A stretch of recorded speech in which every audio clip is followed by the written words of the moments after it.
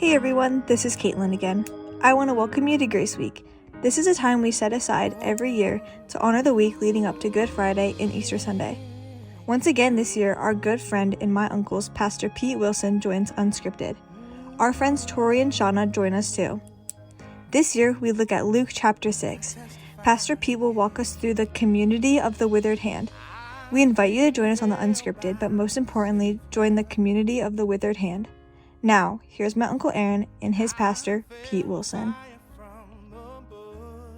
Welcome back to day 4 of Grace Week. Today, we're going to talk about the community of the Withered Hand.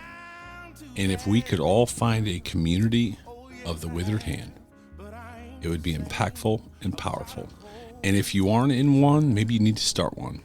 I don't know. I don't know where this message will land, but it's important that we have a community of the Withered Hand. Welcome back to day 4 of Grace Week. And I love so much when you said, my name's Pete and I'm a sinner.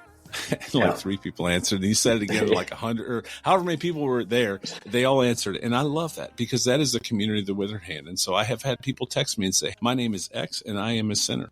And I love it. I love it. I love it because that is the community of the Withered Hand. Can you just speak to the community of the Withered Hand? And I'm so honored to be a part of one. Yeah. I'll tell you where, first of all, I heard that term for the first time from a pastor named John Ortberg. So I'll give him credit for that 100%. Phrase. But I think for me, and again, you got to remember, I gave this message in the context of the church. So in that context, I'm trying to say, how can we, and I believe this, I truly believe Jesus was trying to do that whole thing. The reason he did this publicly, the reason he called out this guy in front of everybody was there's another layer to this miracle. It wasn't just him doing a random act of kindness. He's casting vision for the kind of community he wants to create. And it's the kind of community where a guy with a withered hand is important and valued and can find healing. Because up to that point, that was not the religious community. It was one that was extremely judgmental, where someone like this guy was just kind of cast to the side, not seen as someone with worth or value. So there's these layers, right, to what Jesus is doing. And I think that second layer was a lot more important than even him healing his physical hand. What he's trying to cast vision for is this community where people with withered hands are welcome, which again is everybody. It's just some of us are better at hiding our withered hand than others. And, this is why I've railed on this for years now, and I don't know if it's ever going to go anywhere, but the best example I can give is over the past, and I'm sure this has happened throughout all of history, but I've been more tuned into it the past 10 years for obvious reasons. But over the past 10 years, a lot of pastors have fallen. And it's pretty predictable how it's going to play out. They're going to resign or they're going to get fired. And then the church is, to some degree, is probably going to use them as an example. Like they messed up, they're gone. And I understand, like when you're in leadership, there's a different set of standards. I get all of that. And probably in some of those cases, those pastors, at the very minimum, needed a time away to heal. And then maybe they could be restored. But the restoration conversation generally does not come into play in most of those scenarios. So when the average church person sees that take place and they see their pastor get exposed, their withered hand gets exposed, and then they see the way that church leadership handles that, in their mind, it sets this precedent. And they're like, oh my gosh, if they did, my pastor should not have been looking at porn. That would, he shouldn't have been doing that. But when they caught him doing that, what they did to him, there's no way I'm ever going to be honest in this church about the fact that I look at porn or I struggle. It just gets reinforced. This hide your shame, hide your deformity, hide your withered hand. And the example I gave in that message of a community that I think has done this so well is AA, where it's not an environment where they want you to hide your weakness. In fact, they celebrate your weakness. They celebrate your withered hand. They're like, they've created that environment. And most of the time, not all the time, Most of the time in the church, we do the exact opposite.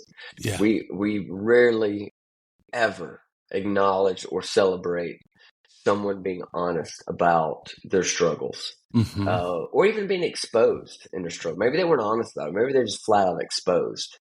But we don't generally handle that in the same way I think that Jesus did, or the way like a community like AA does. And so I think we have a lot to learn still as the church. And we've probably come a long way in some sense, but there's still so much more we could do to create communities where people feel safe to expose their withered hand. It's so powerful. And the Bible that I read is full of people that had withered hands. Yep. But the Bible that I read also used those people with withered hands, and we're talking, obviously, but to do amazing things. That's and right. I know so many men that gravitate towards David. And David was a dirtbag, man. Yeah. That's why we if you gravitate towards him. That's right. That's why we gravitate towards him, because he was a dirtbag. I mean, he really was. In today's society on Twitter, David would be destroyed. Yeah. Because of, right? I mean, anyway. But I just think that the Bible that I read is full of people that were flawed and had quote unquote withered hands. And yet God still used them in incredible ways. And that's what I think I took away from it. And so I have to ask you, because in the audio, you asked everyone, and you took a risk, but here's the thing. In the audio, I heard chairs popping everywhere. And then I also hear the crack in your voice and I wasn't there. I don't know, but I have to just lean into you now and ask, I have a feeling there was a whole lot of people in that room that day. And I heard the crack in your voice that you were eye to eye with a lot of people that were releasing their shame. And you welcomed into the community of the withered hand, or you just like somebody with a warm hug at an AA meeting with cookies and coffee to say, hey, I've been here 46 years, man, and I'm still here on a Friday night, right? Did you experience that? Oh, yeah. I mean, I'm getting emotional thinking about it right now. It was a risk to ask people to stand if they had, shame in their life. They had a withered hand. And I'm no Stephen Furtick. I feel like Stephen Furtick could get tens of thousands of people to stand and do a backflip or something like that. That's not my style. Yeah. So to do that was a bit of a risk. And so I think that the audio probably you posted was probably there was 3 services. I think that was the third one. And I was emotional in all 3, maybe less in that third one than the first one. I lost it. I mean, completely lost it, because when I asked him to stand, I also asked him to look me in the eye. And I tried to make eye contact with as many people as I could. And I could see the hurt. I could see it. I could see the weight that a lot of them had been carrying for probably decades.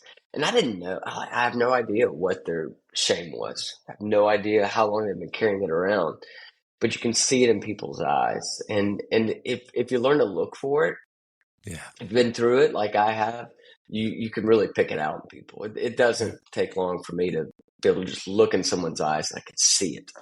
And I could see it in every one of them. And it just, in that moment, I was emotional because it felt heavy, but I was also emotional because I felt like people were finding freedom. It's just a step, right? It's just a step. I'm under no understanding that somehow just them standing, all of a sudden, all that disappeared. Because I believe the process of healing from shame is a long one. I wish it was as instantaneous as Jesus healing that withered hand that day. And I think maybe sometimes it is for people, but for most of us, it's a process. And we give a little bit of it up and it's healed. And we have to give a little more up and a little more up. And it's an ongoing process. But man, I was so proud of every person who did that and stood. And I felt like in that moment, again, it wasn't just for them, right? In the same way, the healing wasn't just for the withered man. Healing took place in that room. Again, they didn't have to open their eyes and see how many people were standing. They heard the chairs. Yeah. There are very few people that were not sitting by somebody who stood up. So they knew it. They felt it. Yeah. And the people that had the courage to stand up, man, I think they inspired a lot of people that day. And I walked away with this feeling of maybe it's possible. Mm. Maybe we could create a kind of community, a community of the withered hand, where people understood that exposing their weakness and their struggles and the things that they have in their life could be the turning point of their life, and they could be met with acceptance and love, and just take a step closer to becoming the person they were created to become. Mm-hmm. Oh, it's my turn to get emotional. I have to think for the people, and I love that you gave the pass to say, hey, don't ask them. If somebody next to you stood, don't ask them on the way home. There'll be a moment, right? And I love that you created this space. And I wish we could do that in real life. But like you said, it was church setting. But I wish we could do that in real life too. For people to, first of all, admit, acknowledge and publicly share their withered hand, their shame, and then not have everybody ask about it. Just be okay to say, you know what, let me just work through this. And at the right time, I'm going to tell you. But I have to think that every popping chair had someone sitting next to him that knew. Yeah. And you you created a safe space for them to stand and not be asked. But at the end of the day, there's somebody sitting next to them who already knew. Mm. And man, my prayers for them too, right? Yeah. Because there's people that do this journey with us, and we think we're hiding. We think we've tucked it under our robe, and we're not. Yeah. We're not. And they're hurting like we're hurting. And honestly, they celebrate because they heard that chair pop. Great. There are no dimensions you can never measure his love.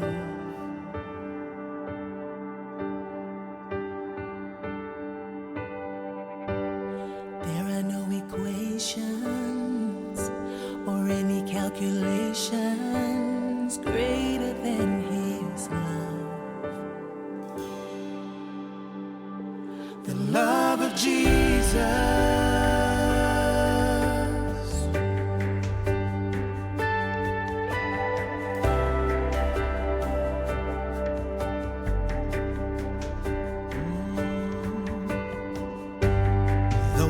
Deserving, he showed us mercy and love.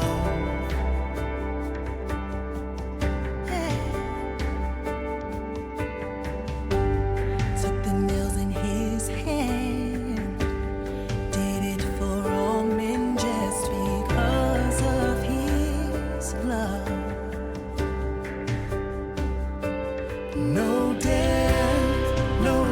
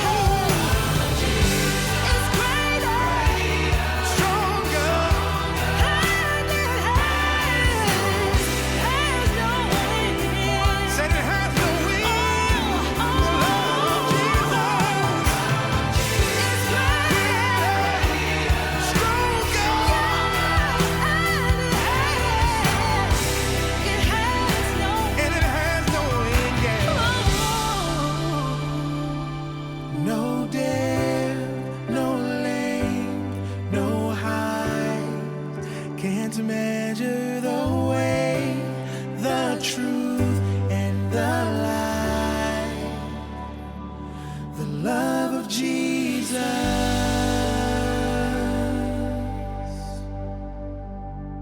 Thank you for listening to another episode of the Unscripted Podcast. Make sure to review and share wherever you listen to your podcast.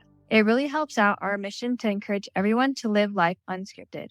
Until next time, keep living life unscripted.